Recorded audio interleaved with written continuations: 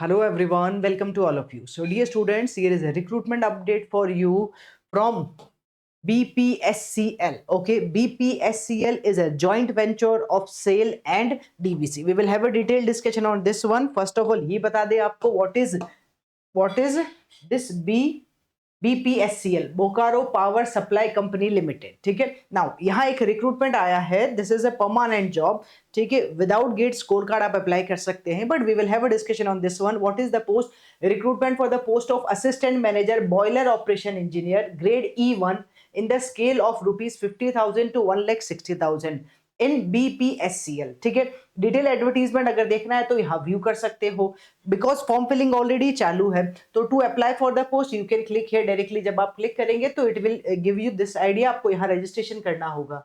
Right, तो online application form already start हो गया है 9 फरवरी से, and last date for applying will be 5 March 2026 तक आप अप्लाई कर सकते हैं. ठीक है, last date for printing your application 25 March, closure your editing application details 5 मार्च, और ऑनलाइन फी पेमेंट की विंडो भी 9 फरवरी से 5 मार्च तक ओपन है. ठीक है, तो here as I show you on the official website you can see how to upload the document and scan कैसे करना है, क्या अपलोड करना है, ये भी यहाँ मेंशन है. ठीक है, to apply for the post as I already told you. Now let's come to the detail advertisement. क्या वैकेंसी है, for what branches? Okay, here we are having the vacancy. So let's read first of all.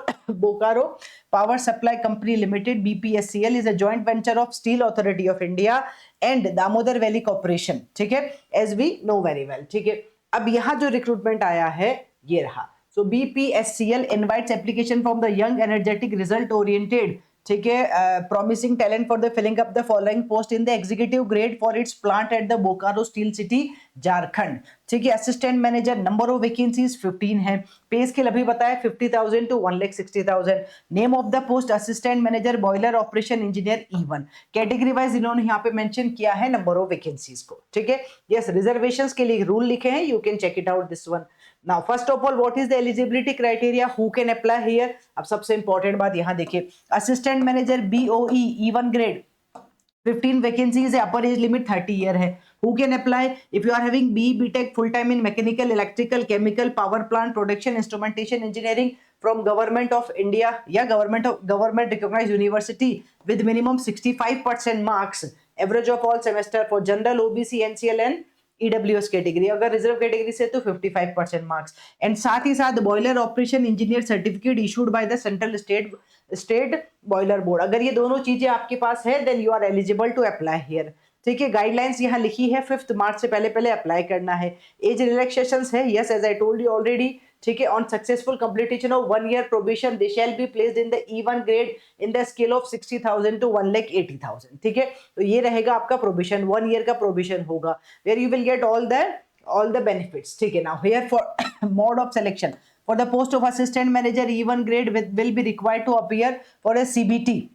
However, candidate may be required to appear for the interview without CBT depending on the number of application received. ठीक है, तो मतलब दोनों बता रहे हैं, CBT हो सकता है और CBT के बाद ठीक है इंटरव्यू भी होगा. तो this is mentioned, the weightage is 80-20 mentioned, it is clearly here.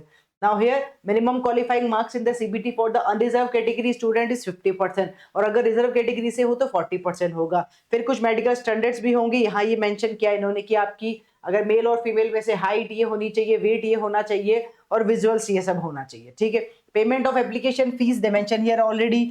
Assistant manager BOE, ठीक है, 500 रुपीज का पेमेंट आपको करना है if you are from the unreserved OBC EWS category, और अगर आप रिजर्व कैटेगरी से हैं तो आपको कुछ भी पे नहीं करना है. ठीक है, here they mention how to apply, as I already show you on the official website. You can apply here and you can go for that one. ठीक है, फिर यहाँ पे करियर सेक्शंस में आई ऑलरेडी शो यू कि कहाँ जाना है, ऑफिशियल वेबसाइट पे जाके आप फॉर्म फिल कर सकते हैं करियर सेक्शंस में. ठीक है, now here they mention about the examination का पैटर्न. ठीक है, conduct of examination, exam provisional eligible candidate will be required to appear for the objective type test CBT consisting of multiple choice question at any of the center decided by the management. क्या होगा, ये रहा, 90 minute का duration होगा, 2 parts में paper होगा. First part A में 30 minutes, part B में 60 मिनट्स.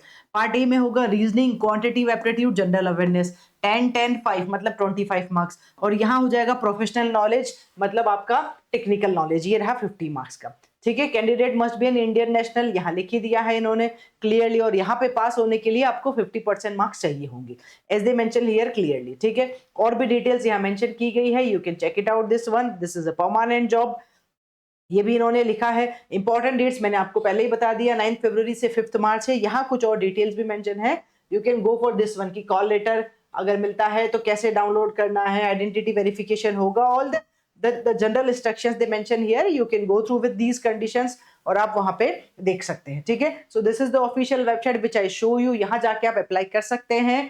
Thank you.